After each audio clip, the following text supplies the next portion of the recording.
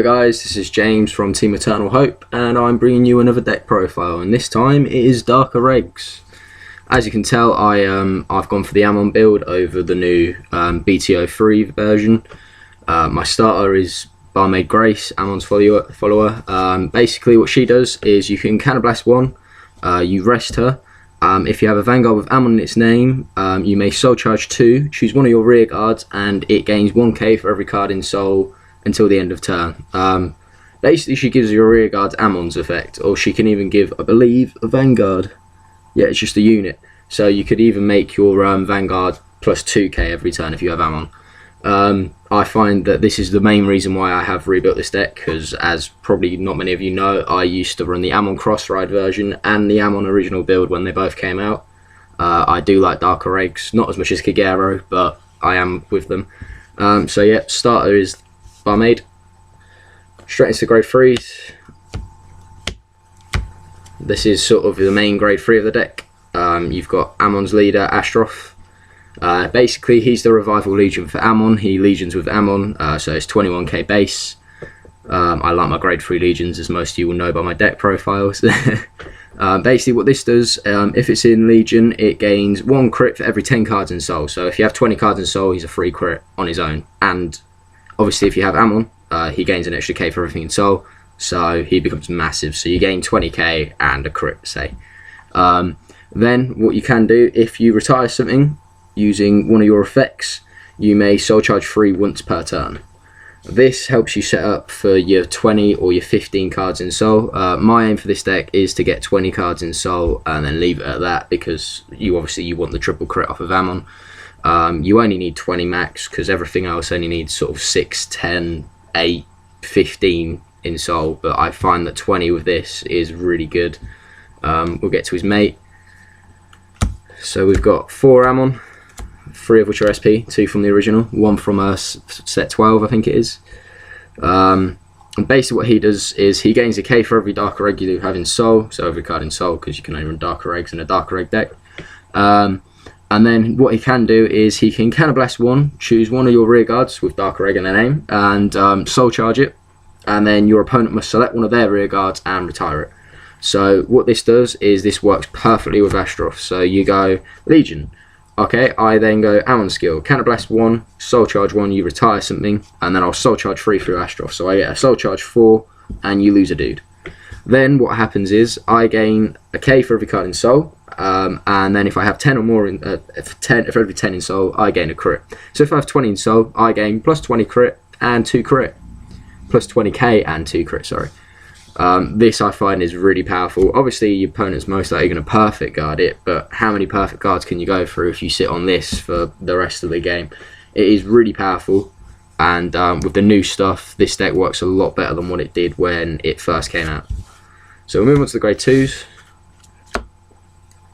Start off with, we have 4 Hell's Draw. This is just a really simple and cheap way to get your Soul Charge. You call it to a rear guard and you Soul Charge 2. So all it does is a 9k, but the whole point of this deck is to set up for your main grade 3 or your strides, which we'll get onto later. Yeah, she's pretty simple, but she's really effective in the deck. That, and you don't mind losing her to, say, Amon's effect or your opponent retiring, because she doesn't do anything once you've called her. My next rear guard is a new one, Amon's follower, Hell's Nail. Now what she does is she's just a better Emblem Master in my opinion. When she attacks a Vanguard, you may Counterblast 1, Soul Charge 3. Again, just gets you your setup for your main guys, and you don't have to worry about hitting, you just have to attack, which is why she's better than Emblem Master. And she has Amon in her name, so it works for this build a lot better. Yeah, not much more to say. The Counterblast does have to be Amon though. Final grade 2s. This is one of 2 non-Amon cards I believe in my deck. Oh no, 3. No, it's 2. No, it's 3. My bad. Anyway, so we've got Flying Librarian, which is the new box topper promo for Dark Irregular. What he does is basically on Generation Break 1, you can Counterblast 1. When you call him to rear guard, you can Soul Charge 2. Then I believe if the number of your cards in your Soul is 10 or more, you can unflip a damage, and if it's 6 or more, you draw a card. So basically he's helped set you up in your Soul Charge. You're already going to be on grade 3, so the likelihood is you're going to have near enough 10, and he'll make 10 if not.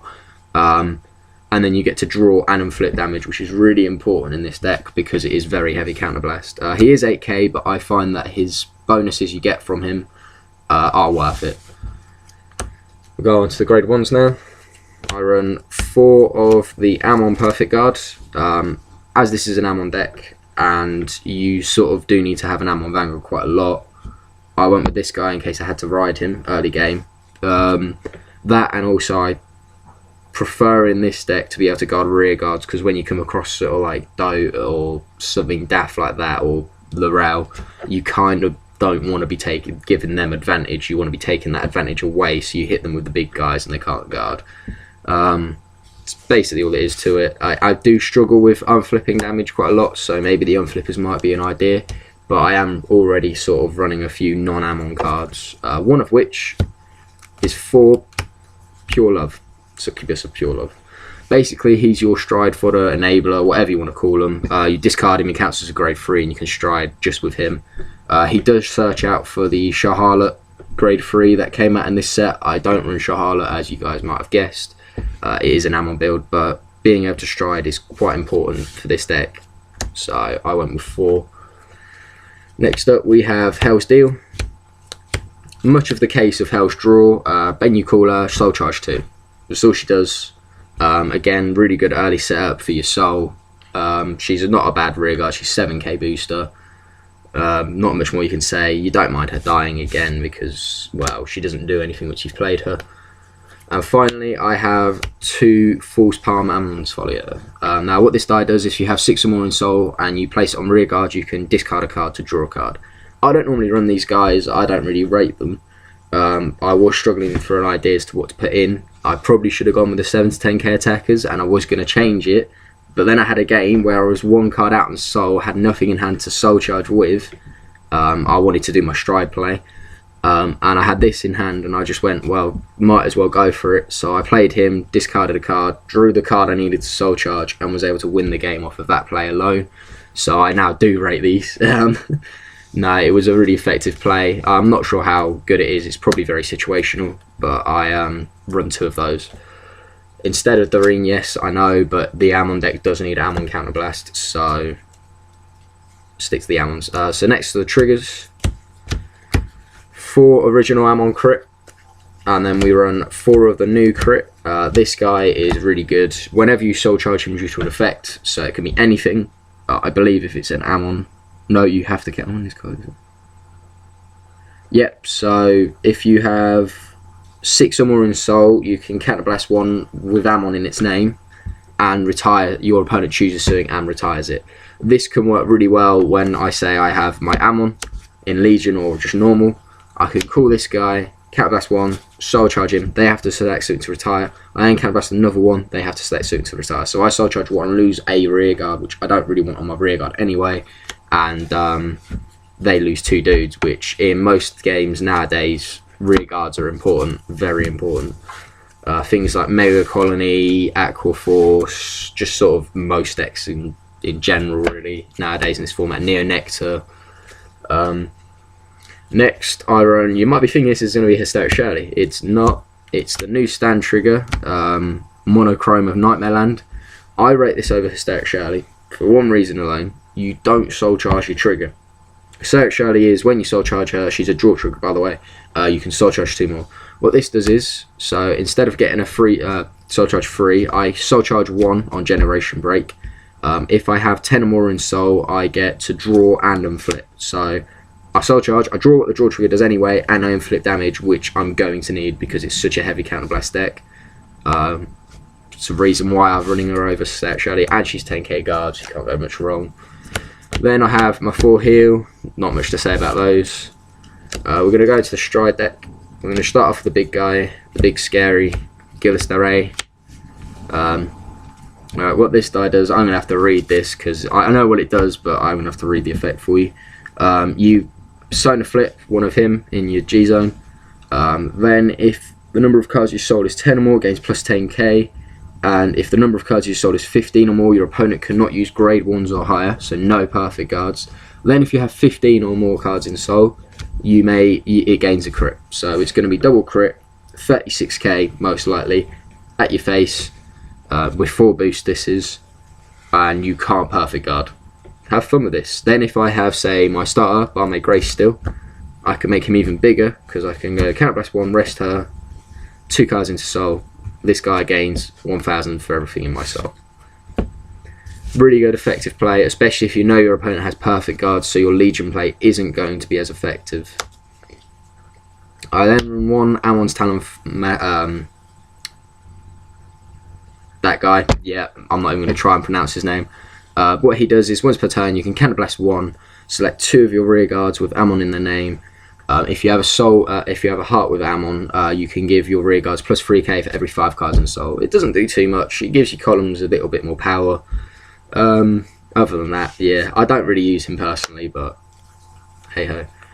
Next we have 2 Love Tempest, Kiss Kill Lyra. We're getting there. Basically what she does is when she hits you can soul charge 2. If you have 6 or more in soul you may draw a card. I like to go in her soul for my first stride because obviously Gillis needs 2 or more face up. Didn't mention that earlier, probably should have. She's really good setup. She gets you a draw. Your opponent probably doesn't want to take her because you get to draw and soul charge, which sets you up for sort of mid-late game. Yeah, she's really effective. Now comes a Blizzard. It's not supposed to be Blizzard, it's supposed to be a Rain, but my Rain hasn't turned up in the post yet and I'm about to go on holiday, so I kind of have to go with what I've got. Basically what Blizzard does is Counterblast 1, unflip a guy in your stride zone. He gains 5k for every face-up stride. What Rain does is if you have a Vanguard or Heart, sorry, with 10k or less, which I do because if I'm in Legion, I have Amon, you may select a grade 3 in your drop zone and add it to your hand. So basically you get a free stride with Rain. So about it, guys, nothing much else to say. We haven't done a video in a while. We've sort of been a bit busy with other things. I expect a couple of deck builds on the way. I've just about completed Tsukiyomi for you guys, and Nubatama is just about complete as well. Just needing 1 or 2 more things for it. Not the expensive things, funnily enough, but yes, so I expect those on the way in the next couple of weeks. Not sure what the other guys have planned. Maybe 1 or 2 games or deck builds. We'll see what happens. But for now, guys, that is all.